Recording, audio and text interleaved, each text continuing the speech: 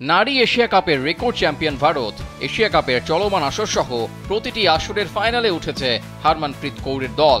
জিতেছে 7টিতে, হার শুধু একটিতে, সেটাও ছিল বাংলাদেশের বিপক্ষে। তাই স্বাভাবিকভাবে এবারের এশিয়া কাপের ফাইনালেও ফেভারিট ছিল টিম ইন্ডিয়া।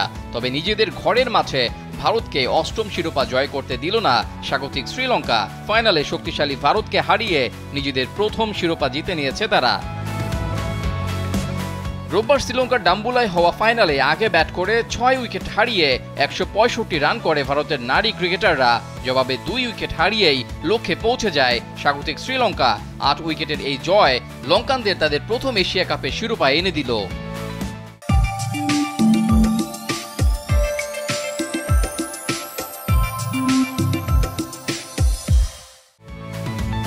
গ্রুপ পর্ব এবং বাংলাদেশের বিপক্ষে সেমিফাইনালে ভারতের শক্তিশালী পারফরমেন্সের পরও শ্রীলঙ্কার নির্ধারিত খেলার সামনে স্মৃতি মান্ধানা ও হরমনপ্রীতদের কোনো জবাব দেওয়ার সক্ষমতা ছিল না। ফলে লঙ্কানদের স্মরণীয় জয় দেখে হার স্বীকার করে নিতে হয়েছে তাদের।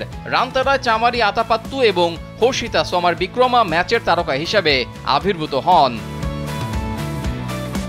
ভারত প্রথমে ব্যাট করে 165 রানে 6 উইকেট হারায়। তাই শ্রীলঙ্কার কাছে টার্গেট দাঁড়ায় 166 রানের। স্মৃতি মান্ধানা 47 বলে করেন ভারতের হয়ে সর্বোচ্চ 7 রান। কবিশা দিলহারি শ্রীলঙ্কার পক্ষে ভালো খেলেন এবং 4 ওভারে 36 রান দিয়ে 2 উইকেট নেন।